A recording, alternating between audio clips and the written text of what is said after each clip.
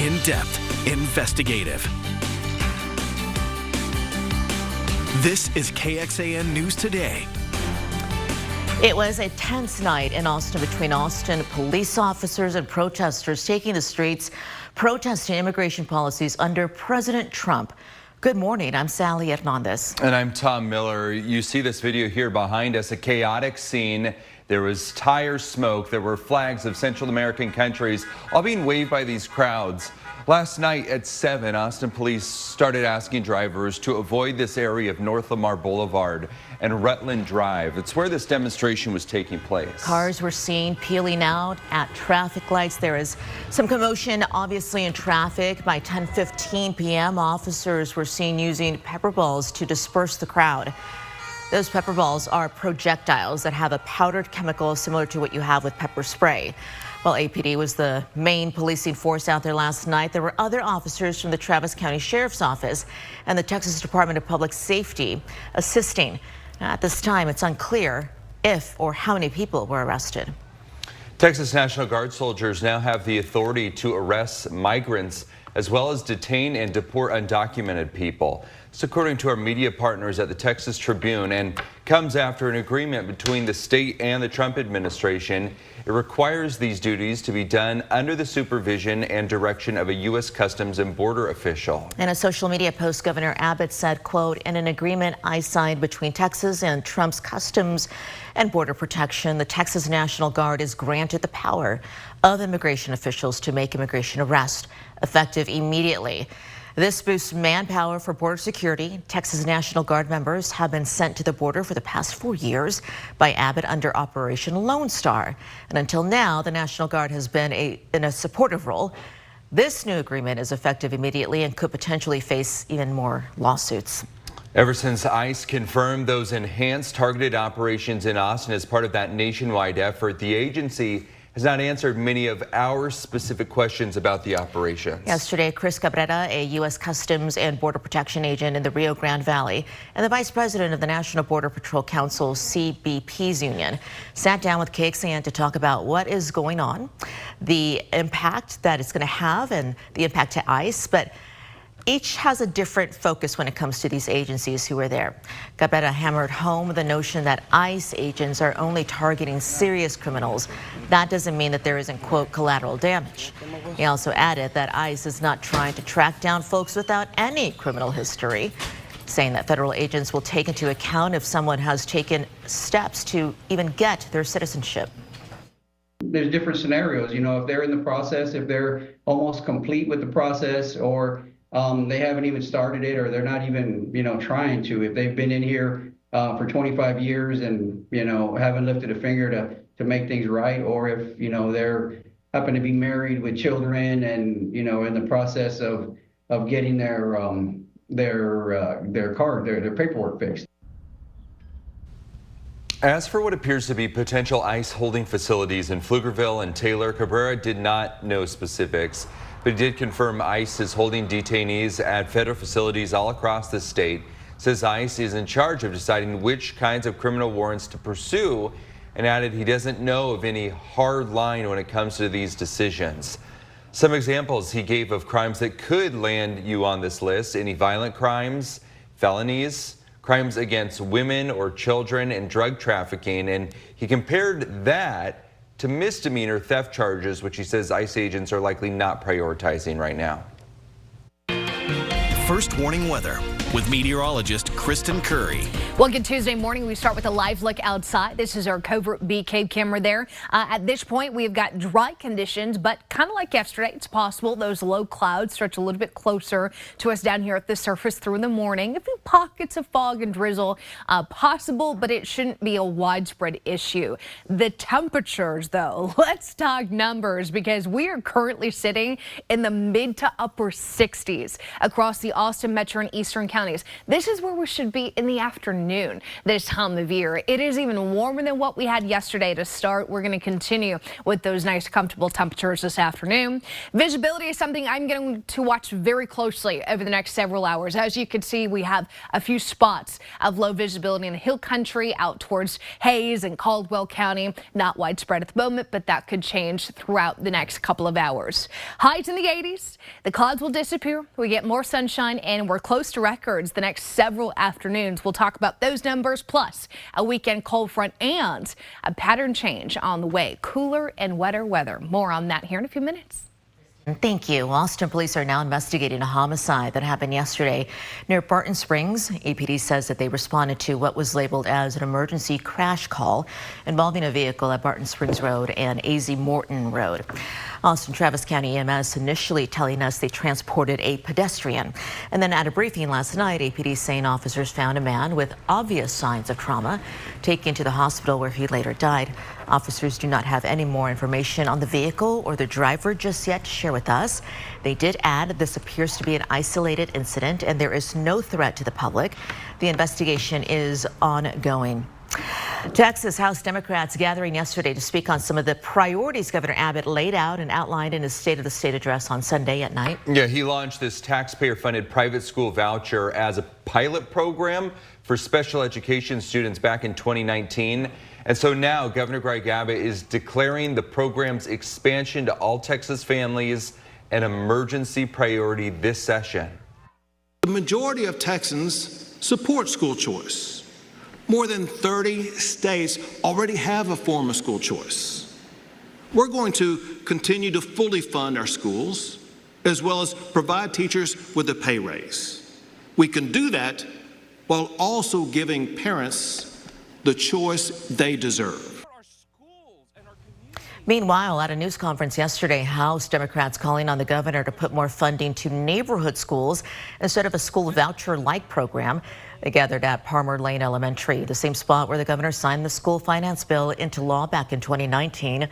They argue the school is now at risk of closing because of funding. Now Texas ranks 43rd in the nation in per-student education funding. Texas teachers are making less than they did 10 years ago when you adjust for inflation. And local property taxes are through the roof because our state government has failed to do its fair share of school funding. State senators could take a vote on education savings accounts as early as today. Good morning. Gerber is recalling a teething product because poses a possible choking hazard. This is a popular company that announced the recall last week after a customer complaint saying that it would discontinue its Soothe and Chew sticks. Gerber says there was a report of one emergency room visit linked to it. Teething sticks are edible and designed for children 6 months and older. Hey, good morning. This is a live look outside from Bastrop. Looks a little out of focus, some power lines there. We're going to work on that shot a little bit on our end, but we're happy to have you here with us on KXAN News Today. This is KXAN Sports, brought to you by Thomas J. Henry.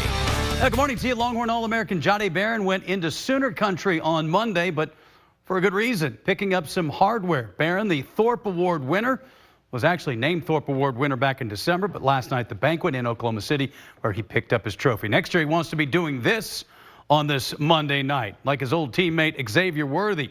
Opening night at the Super Bowl in New Orleans, Worthy and his Chiefs, Jalen Hurts and his Eagles, and on opening night you get some interesting questions, and for a guy like Patrick Mahomes, it's more about just this run that they've been on. 2 straight, 3 of the last 4. Looking for an unprecedented 3 in a row. I think it starts with Coach Reed, the way, the culture that he's built. We know it's a day-by-day process, and it's awesome to be in the Super Bowl, but we have to go put in the work every single day first, and I'm glad we're here, but it's going to be a great game. I'm excited for it. My favorite color, I'm going to go red. Oh, maybe that wasn't a right color to say at this moment, right? Favorite Mexican dish? I don't know. Is a quesadilla a Mexican dish? It is. I'll go with that. All right, things will get a little more serious as the week progresses and they build up to that game on Sunday. Guaranteed a Longhorn will get another ring, of course, worthy along with Charles Omenihu for the Chiefs. And then there's Moro Ojomo on the Philadelphia Eagles, and the pride of Manor High School, O'Shawn Mathis, is on the Philadelphia Eagles practice squad. Back to you. Those are some interesting questions there that were being asked. Well, in serious news, the face of the Dallas Mavericks franchise changing after that shocking trade, NBA star Luka Doncic. Yesterday, a team of workers, look at this, they had the task of taking down his massive banner. It's been greeting fans as they walk into the American Airlines Center, home of the Dallas Mavericks. And Mavericks fans, they are still unhappy and expressing their thoughts. I would rather lose with Luka than win a championship without him. He did so much for us. Like, this just feels like we're kicking like a family member out of our house. Man, it took a team of workers about 30 minutes to pull that banner down, erasing more signs of the superstar's time in Dallas following his trade to the LA Lakers. I mean, I feel for my Mavericks fans, and I know there's a lot of them here in Central Texas. I think if you're a sports fan, you've been burned by either a coach leaving or a player leaving, and it's so infuriating. Devastating. You just ruined their whole week for them. It's also just extra painful because it sort of just puts a spotlight on, like, this is a business. And weird business decisions are made, and maybe what the fans want is not what the moneymakers want. And that's painful and frustrating. I guess I'm a little less burned when it's a player being traded than it is a coach leaving. It's like, you were loyal to me, and I was loyal to you. And you left. Oh, I know. The pain is real. Let me show you what's going on outside this morning. Hey, we have fantastic afternoon weather. We're just kind of stuck in this pattern, though, of seeing cloudy skies and some patchy morning fog. I know you felt it yesterday. You're going to see it again today and the next day and the next day. Our weather pattern kind of quiet and unchanging for the moment. But our Kreitz Market camera there in Lockhart certainly shows the clouds overhead. Current temperature in downtown Austin at 67. We've got calm winds this morning.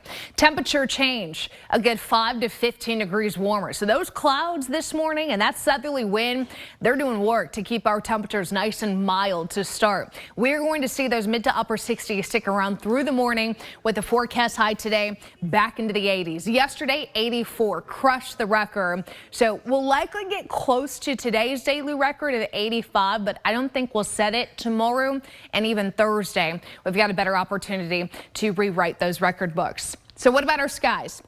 Clouds, couple spots of drizzle, fog. That's what we're looking at this morning. This afternoon looks fantastic. Overnight, those clouds increase again. A few more spots of drizzle possible tomorrow. I'm including a 10% chance of that drizzle for your Wednesday, but still anticipating sunshine to get in here for the later part of the day. That being said, the warm up not hurt with those morning clouds. We're looking at low 80s today. Low 80s tomorrow, expecting to tie the record here in Austin.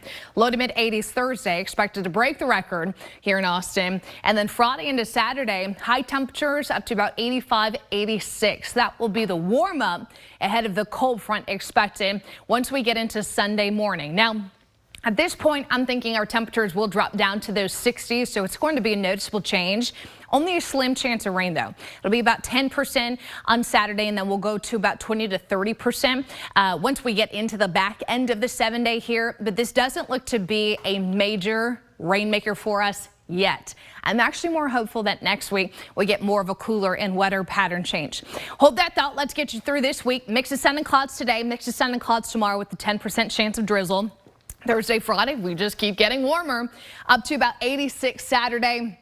There's the low rain chances Sunday, Monday. You see the temperatures coming down out of the 80s into the 60s. Even our overnight lows will get cooler from the 60s the next several mornings down to the 40s by the time we hit Monday morning. But the reason I'm more confident that next week is going to look different is because the Climate Prediction Center is painting a higher confidence and cooler than normal temperatures through that second to even third week of February, with a slight confidence in wetter than normal conditions. Now, I'm not seeing a frigid winter storm outbreak coming our way, but I think our temperatures could get down to the 50s and 60s in the afternoon with some 40s overnight next week. But of course, we'll let you know as we get closer.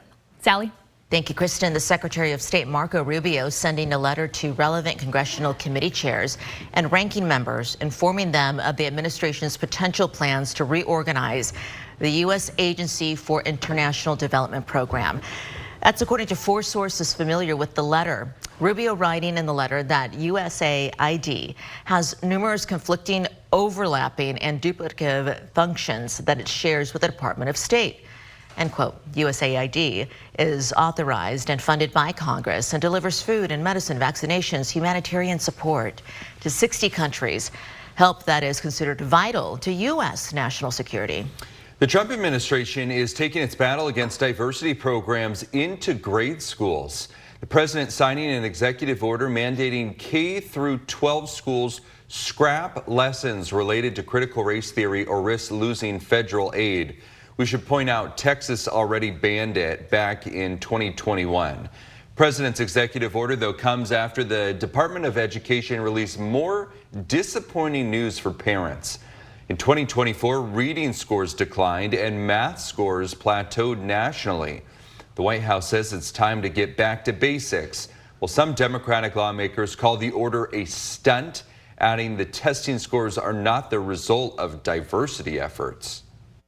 Our children should not be falling behind because we are too busy doing woke. Let's focus on the real issue. I'm a real issues person. The threat right now is that our kids aren't caught up. President Trump is also promising big changes to Department of Education funding during his term. Longhorns, both big and small, are worried about a new neighbor in Burnett County, a rock crusher plant. Now, this week, the plant could move one step closer to becoming a reality. Yeah, KXAN's Eric Henriksen investigated landowners' concerns and the potential impact this rock crusher could have on Austin's water supply. Come here, baby.